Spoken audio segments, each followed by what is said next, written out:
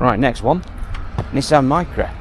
I get always told, why don't you buy a lot of Nissans? It's because I struggle to buy them, simple as that. Because this has got the uprated stereo system in and Bluetooth connectivity, all the heated seats and stuff, and then take away the aircon.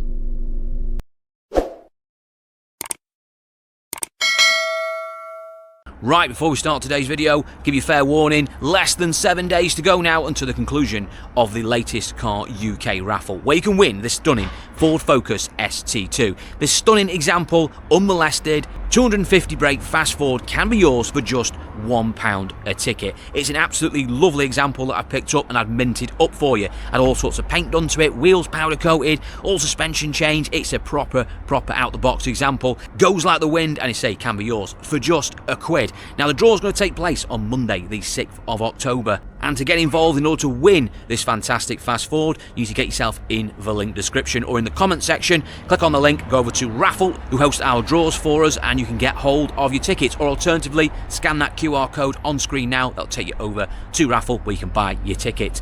£1 to buy a ticket, or buy £5 or £10 or £15 or £20 worth, and you'll get additional free tickets. You can get up to 100 additional free tickets, so make sure you check out those bundle offers. And if you don't want the Ford for whatever reason, then don't worry, because there's an alternative cash prize of £3,000. Plus, don't forget as well, we also help charity out on the back of it. Thousands and thousands of pounds this year given away to local and national charity, including places like Hopes and Beams, a children's charity based here in Crewe, but also supporting charities like Northwest Air Ambulance, who are supporting in this draw as well. So make sure you do get involved, help out charity, and have the chance to win that fantastic fast forward. So find the links in the description and get hold of your tickets today. Morning all, welcome back to the Car UK channel. You join me bright and early as we're about to go on the road to another auction. We're going to a hybrid auction today to look at some cheapy vehicles. Now the pitch is actually looking quite full, but I'm still not content with that. I want some more vehicles, want to move some stuff out of the way and get more stock on, even though it is a little bit quiet. And today I'm going to be focusing on mainly sort of pretty much ready to roll sort of stock. I don't want stuff that's too taxing, needs too much paint. The odd bit's fine, but nothing too extreme. And I'm also going down as well to look at a Land Rover product for another customer of mine. So without further ado, I need to get ourselves down there and let's have a look around at some cheapy cars. Right, first one out the bat, of course, will be an auction video for me, would it, without an iGo or a C1 or 107 in this case on an 11 plate. 5-door one in white. It's quite nice seeing one in white. You don't see many of them in white. Usually black, silver, red. Don't like red. It's actually quite clean. It's not bucking at a great deal of money. Which seems like a grand territory or something. Don't think it's too mileagey. Oh God, midget been in here. 61 thou. Never in doubt. Aftermarket stereo in, which is a bit weird. It is what it is. Sounds alright. 3 owners. See if he's got a clutch. Do you have a bet if he's got a clutch or not? Well, it definitely needs a set of gear linkages. Take that for straight away. They are horrible.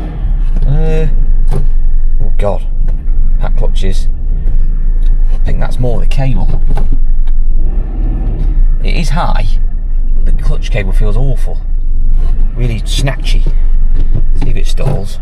And fifth, handbrake's rubbish as well. This is not looking good, this car, is it? No, stalls. So, what this has got a problem with is it wants a set of gear linkages. We never seem to restart properly when you stall these. Yes, back in the game. It wants a set of gear linkages on it, definitely. Wants the clutch setting up properly, because it's high, but it's not slipping, so it wants probably setting up right. Usually if they drive up in fifth and they stall, sorry, if they drive up in fifth and they carry on and don't stall, that's a good indication that these are knackered, but I think this one's setting up properly. So new linkages, new clutch cable, and I think we'll be alright. Bloody glove box on a 107. But only came on the iGos. Ain't too bad really, it's quite clean. Doesn't need any paint, what I can see. Oh no, spoke too soon as always. A tiny bit there. But dent man on that, probably get that out. Just a smart repair maybe. Yeah, so minimal. Let me check the boot. Getting to that time of year now. Nice day today, but it has been raining a bit lately. Where what these suffer with is damp in the back. And I have to say that one is really clean. Usually the back seals go, which we change anyway, all these. But that one's actually quite dry. I quite like that little 107. It's quite honest. Right, next one. Mariva. I quite like these Mariva Bs. I don't get many of them because unfortunately most of them are 1.4 turbocharged, which we don't buy, or diesels, which we don't really want to buy either. But this is a standard 1.4 petrol, 16 valve Corsa engine. Not saying that they are, you know, without issues because it's a Corsa engine, but they're nowhere near as bad as the diesels or the turbocharged petrol version to sort out. This one's done 82 thou. It's pretty clean inside actually. It's got a few little marks on the back bumper, but nothing really that can't be sorted for very little money. Smells lovely in here. No chain noises. Have any warning lights? No, they've all gone out. Even 64 miles after petroleum. Electronic handbrake, which is a bit of a sore point on these. You always get people coming in, particularly the older people, they don't like electronic handbrakes. But that drives alright. Parking sensors is a Tech Line model, so we've got everything on it. We've got, like I said, cruise control on it. It's got parking sensors, Bluetooth, climate, everything. Heated steering wheel, the whole shebang. Heated seats. Not a bad little car, particularly when it's only booking it. Let's pop the bonnet. Like 15 to 1800 quid territory. Quite like that as well in that colour. Check this side first before I open the bonnet and realise it's been side swiped or something. No. Actually really clean. Really clean. The history on it. 3 owners. Yeah.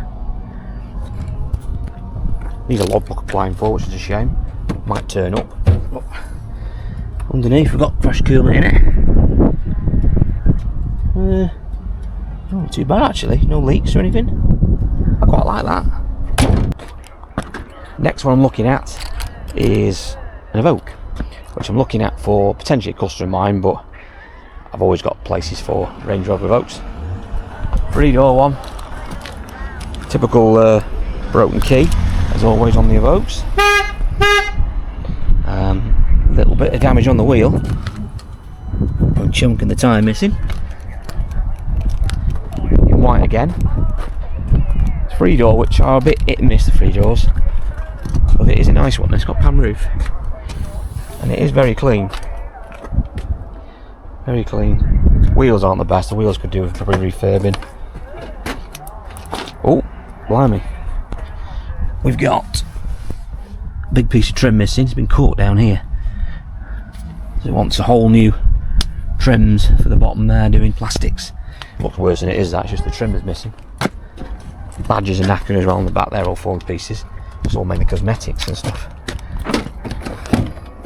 That's a 2.2 diesel. So it's the early engine, which is the better one. It's an 102,000, it's a bit mileagey, but I'll still find a place for this to sell. Old manual. Fires into life. Have we got any warning lights on? No, not a dicky bird. No, it seems alright. Handbrake off. We've got clutch alright. Oh, brakes are a bit seized up, but no, that seems alright. Electric mirrors are working. Seeing them doing the thing there, watch. See how they're moving? It's nice, isn't it? Anyway, all the electric's working, we've got no lights on, clutch feels good, roof's all working, pan roof, slide, etc. Parking sensors working. It's alright, this is just a few cosmetics. It's not even bad inside actually. Quite nice for leather. Yeah, so it's just really things like tyres, wheels want refurb, plastics, so this grille wants changing, bits too plastic trim down the side are knackered. That's really it. It's not horrendous. It looks scruffier than it actually is or would take to make it a car again. I'll say, not too bad. Just what's happened here, it's just all hanging off. It's not booking at a great deal of money, in like sort of 3-4 grand territory. I might have a go at that, see how we get on. Right, next one, Fiat Panda. Not booking a lot this on a 68 plate.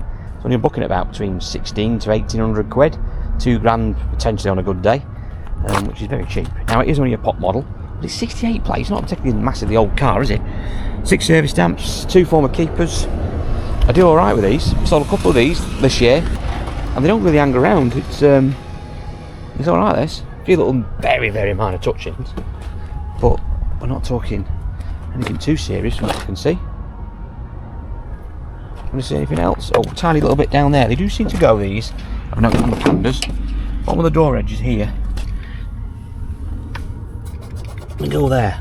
We get that sorted ourselves, to be honest, save having to trouble the paint man with that one. I suspect a small dog's been in the back of the seat of this one. Doesn't smell doggy, but it definitely does need a valet. Oh no, actually then again, I spoke too soon. It does need a valet. Shitting it everywhere. 97 foul. Oh yeah, this proper valet this one's going to need. Steering's alright, got any warning lights? It is a Fiat. No, that's fine. Dare get in it.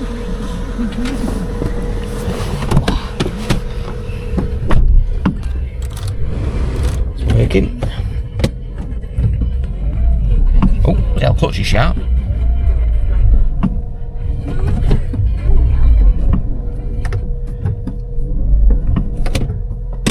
It's alright. This one's a valet. Bloody good, deep clean valet. The basic whole thing. So he's not going to be booking it a lot. The only retail on it's about 3.5 grand on a 68 plate. Actually, it's quite a lot of car. Slight disappointment that on the 68 plate the cheap tax can't be taken. So remember, this would have been on a 66 plate, or really 67. This would have been a or 17, sorry. This would have been £20 road tax, but after April 17, dear road tax. Everything is £160 odd a year, which is a shame. But I don't think it will stop us from selling that, because it'll sit nicely in that 2.5 to 4 grand stuff that we seem to be shifting at the moment. So he just wants a little bit of work in the inside and a tiny few touch-ups. Price it sensibly. That'll sell. That'll sell. So we'll put that down on the list. That's a definite yes. Right, next one. Nissan Micra. I get always told, why don't you buy a lot of Nissans? It's because I struggle to buy them. Simple as that. Today I am looking at a Micra on a 66 plate. It's a cheap road tax one. Little scuff down there, nothing too bad. It's got 3 former keepers, got a few service stamps, done 73,000 miles. It's a Nissan Micra, what can we say? It looks pretty clean actually. It's a bit scruffy in places like down here, as if mopping out there wants doing, but much gem mop over really all over. Scratch there, that's a bit of a shame. Oh, that's not a scratch, it's a scuff. It's not deep, that. That's all, I can't get my nail in it. That might come out. Same with that there. Basically, run a mop over it first, so you can get all these little marks out, and then go from there. I think you'll get away with not having to paint this. Send it to the body shop, get it a bit all flat and buff. I think we'll be alright.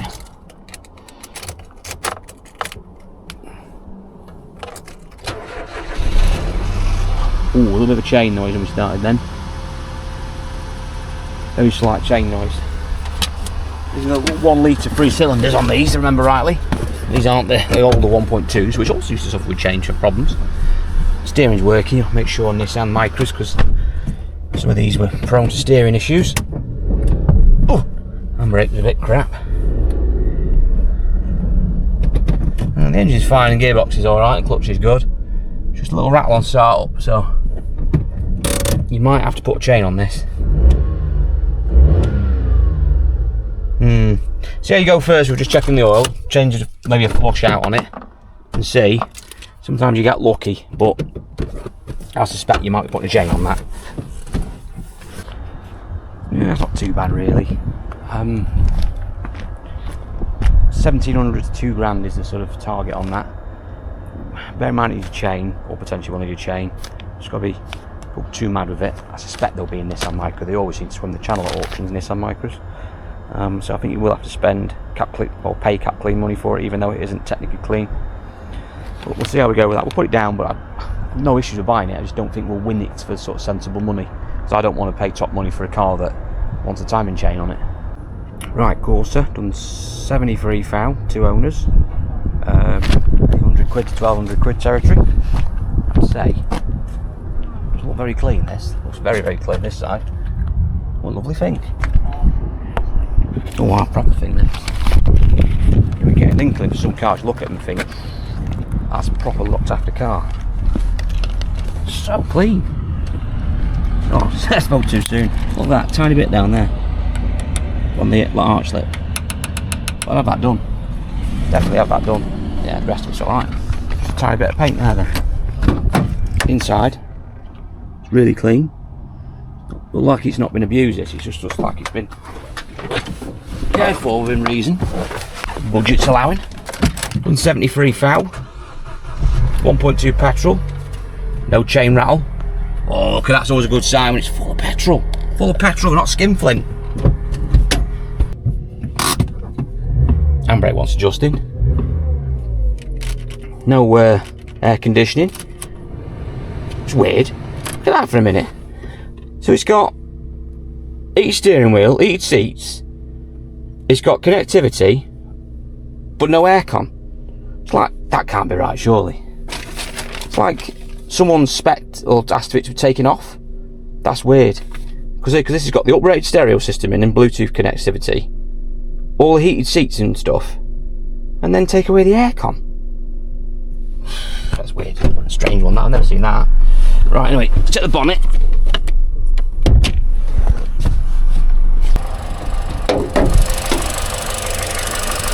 The cooler's a bit low. A little bit of hunting going on. Probably the rock cover, usually common for it. Yeah. Original battery still on it. Yeah, it's alright.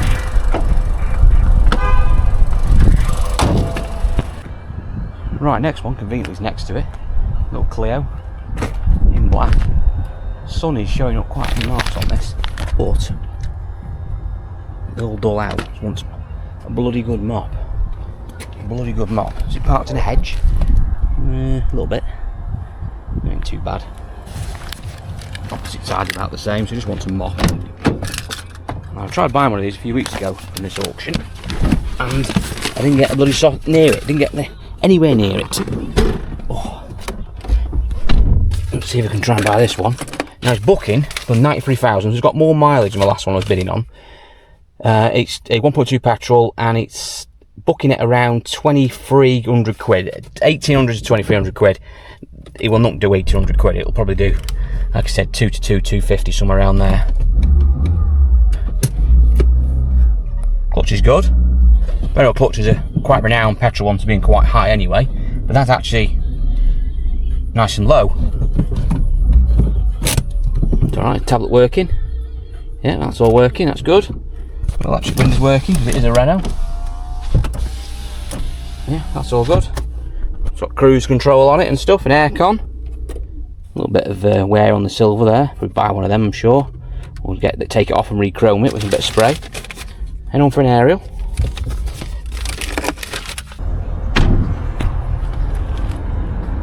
Not too bad, that. Not too bad. A few very minor marks on it, but we're not talking anything worthy of a paint shop trip, what I can see. No, it's alright. Right, another C1. 54,000 miles. Couple of stamps. A few little scuffs on it. Bit there, some polish or something there. A few little light marks, but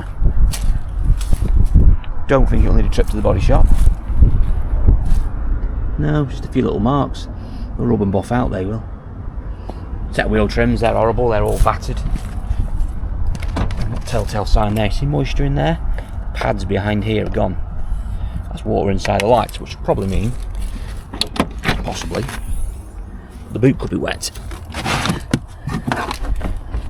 Yeah, in the corner there. You see just a little bit of moisture in there. That's water getting in the back.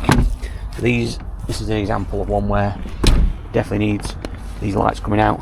The top bit here, all that replacing. Sometimes you have to take the bumper off as well and reseal them down there when they're really bad. Oh, let's have a look inside. 54 foul, low mileage.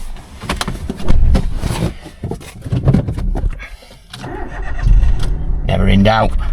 Oh, this is a posh one. Rev counter. Little rattle on that door from something. Oh dear. Don't think there's any much of a clutch there. Yeah, that clutch bite is horrendously high. Let's see if we can make it stall.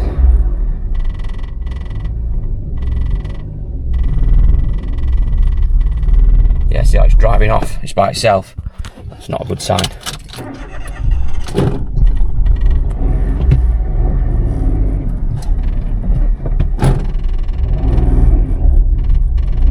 Yeah, it's driving off. I think this one needs a clutch, to be honest with you. It's kind of drive off by itself, so there's no surprise really. C1 or an Igo needing a bloody clutch. Oh, there is rattling on that side.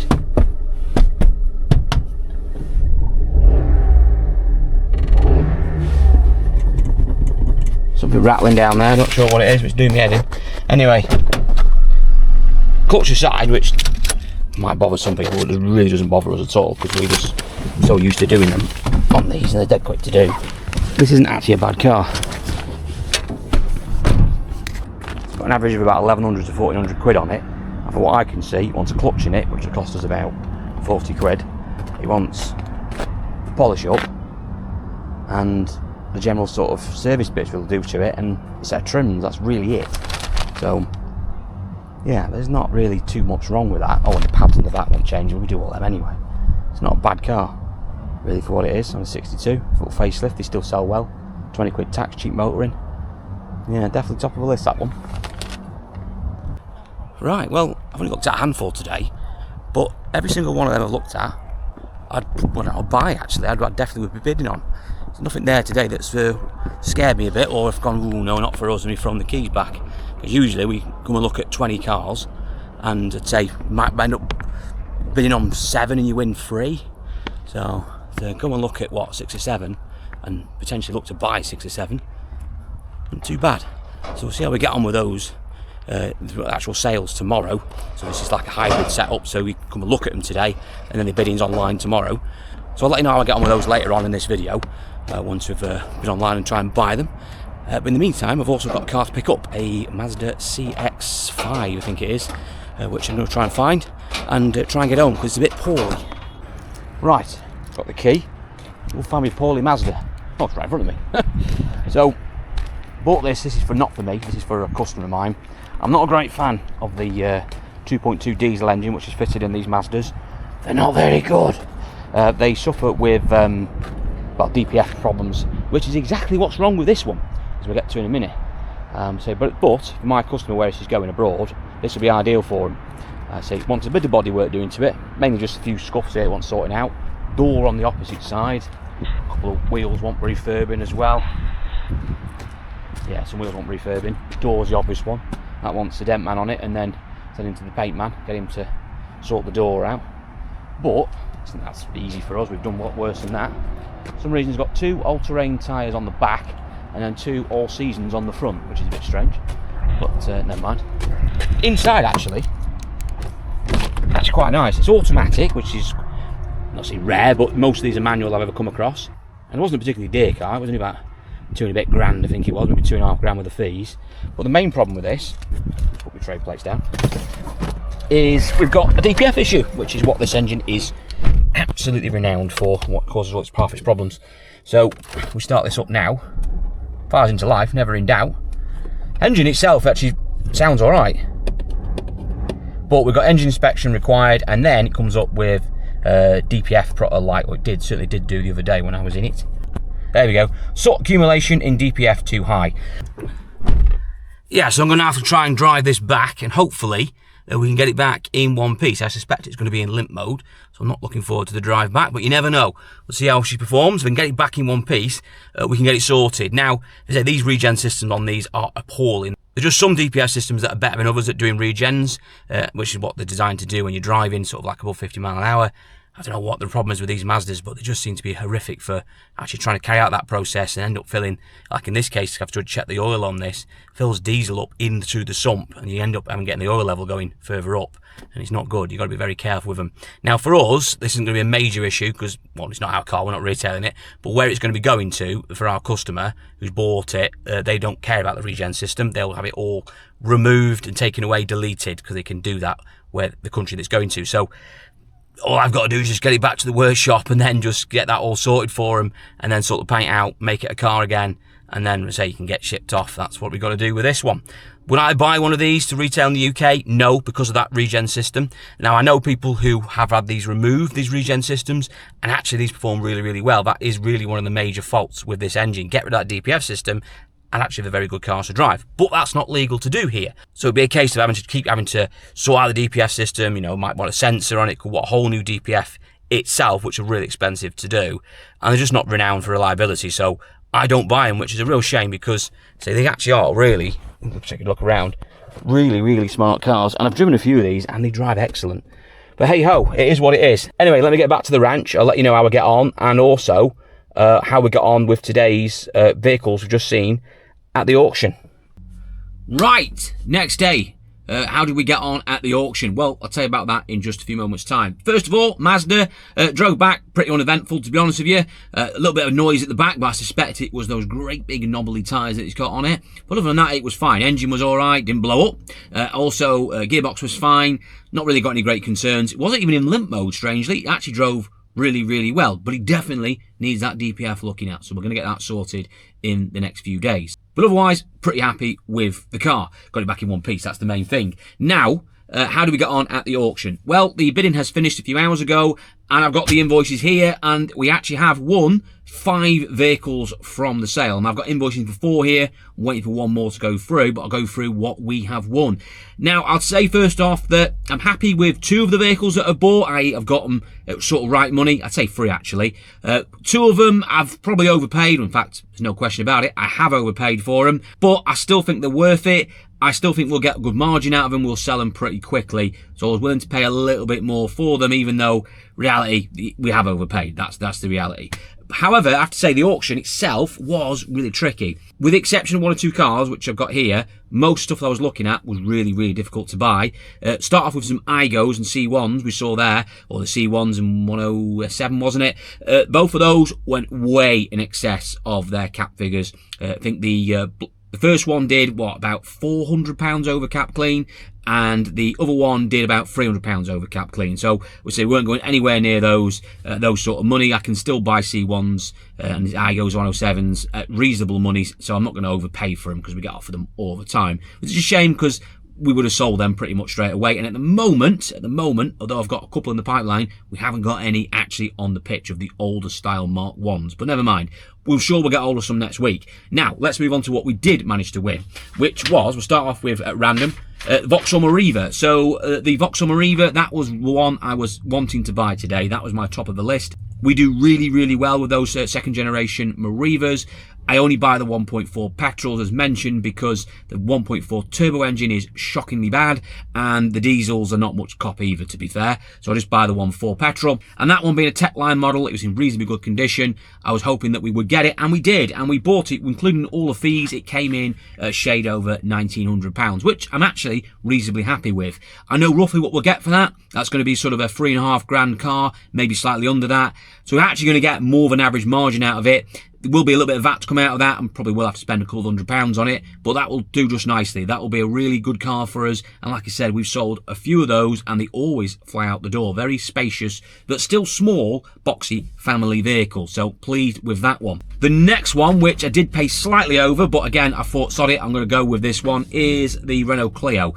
Nice car, other than really wanting to polish up and above, it was in decent condition, and I have struggled to buy these later shaped Clios, as I call them, sort of 2013, I think they started onwards recently. I've been trying to buy, I I think the last 4 or 5 I've been bidding on recently, I've got nowhere near them.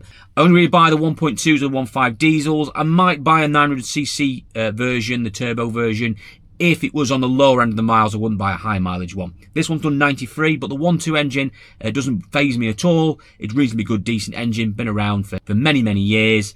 And we bagged it for, including fees, just a shade under £2,500, which I'm reasonably pleased with. We have given pretty much all of cap cleaning and the fees on top, so really we have overpaid for it, but we will sell that pretty much straight away. Got a retail of about just over £4,000. We'll put that at slightly under that, about 3,995, maybe 3,895 if we can, subject to obviously prep situations, obviously how much we need to spend on prep. It didn't look like or feel like it needed a lot doing to it, but we won't know until we get it on the ramp. But I've got a good feeling about that one that we'll sell it. And in fact, already when I've come back, I've mentioned it to a customer that's come in and they are interested for their son in buying it. So we've already got it lined up potentially, certainly to be viewed, which is good news. We might even be able to sell it this week. So I'm not feeling too bad about that one being a little bit over budget. Right, next one, I think we've nicked this to be honest, is the little Fiat Panda, the 68 plate pop.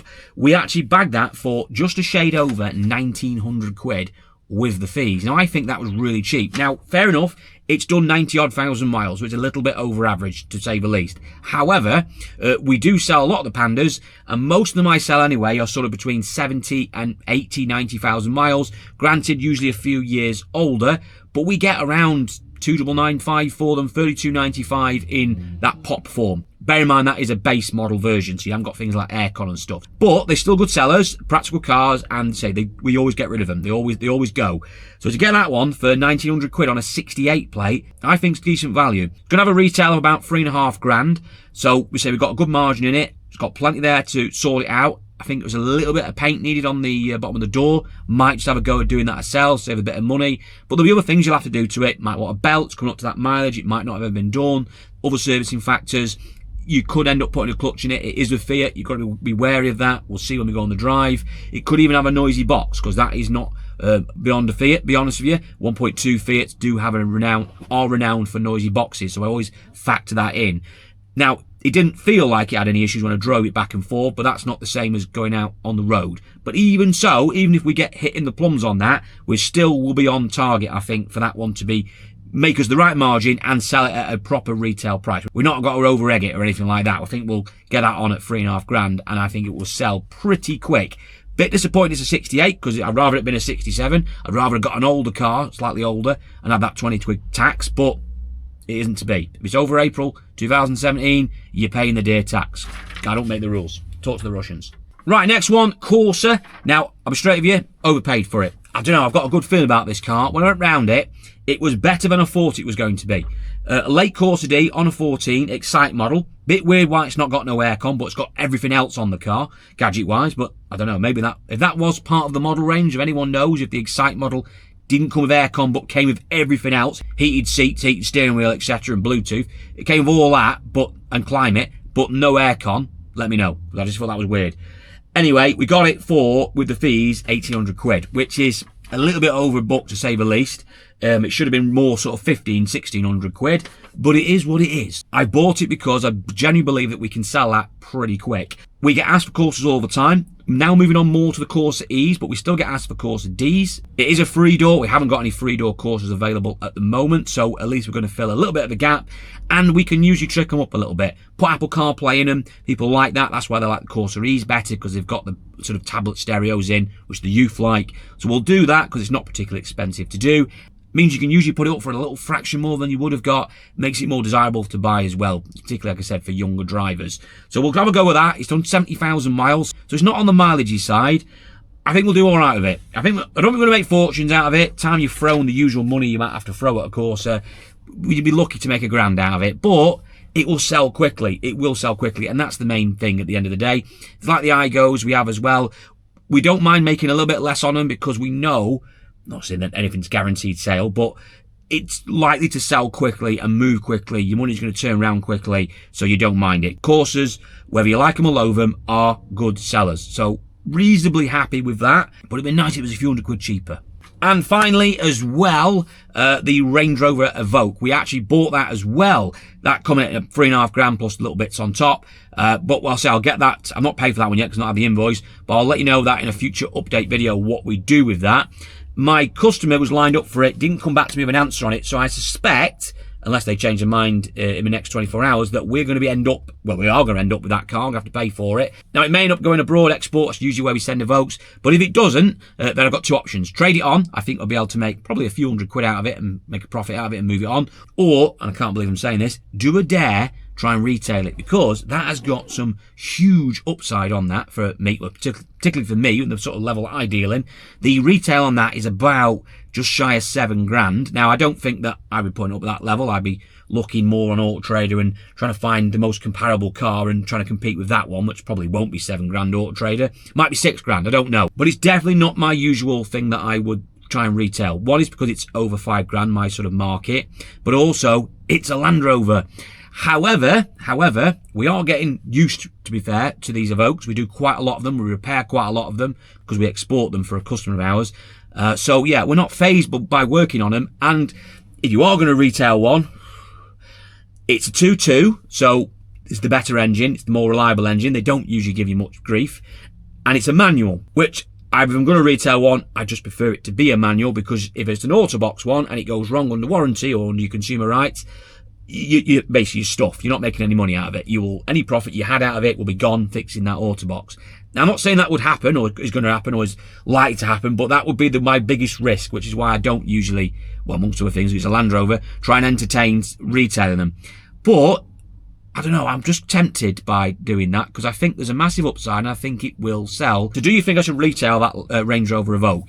If you think I should, let me know in the comments and I'll have a think about it. I am tempted, like I said, so we'll do a video on it. Get it on the ramp, check it over, go through what we need to do to it, what the price might be at the end of it, and see if we can maybe sell it. Let me know your thoughts in the comments. Or if you're thinking that I'm absolutely insane and say no, stick to your principles, let me know as well. I'll hear both sides of the debate on that one.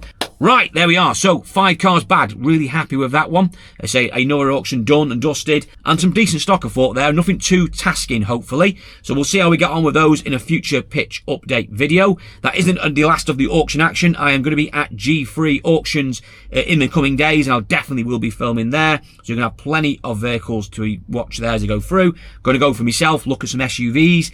And also for a customer of mine, we've got a lot of 4x4 stuff they are after. So we're going to be having a look for them as well. So make sure you check those out. Also, future update video in the next few days. Make sure you check that one out. And other videos I'm working on as well. Also as well, finally, don't forget about the Ford Focus ST2. The raffle is going to be drawn on the 6th of October. We've got really just over a week to go. So if you haven't got your tickets, or you fancy about topping up your tickets to give yourself more of a chance of winning, get yourself in the link description below or the comment section. You'll find the link there, or you can scan the QR code on screen now and it'll take you, like the link below, straight over to Raffle where you can get your tickets. So it's only £1 for a ticket, but there are bundle offers back on live now. Spend a fiver or a tenner or 15 quid, whatever, or 20 quid, and you'll get multiple free tickets. In fact, we've got an offer on there at the moment where if you buy £20 worth, you get 100 free additional tickets on top of your 20 tickets you'll purchase for £20. So it gives you a huge chance of winning that car, and my word, what a car that is. It is an absolute cracker, proper unmolested example. Unbelievable, honestly, really is, in the best colour. You will not be disappointed with that car. And if you don't want the car for whatever reason, you turn out to be the lucky winner, don't worry, because there's a £3,000 alternative cash prize anyway. And don't forget as well, of course, we help out good causes. Thousands of pounds given away this year already to charities, local and national. And of course, this draw will be no different, making sure we help out the community as well. So please get involved. Thanks again, chats, and I'll see you all in the next one.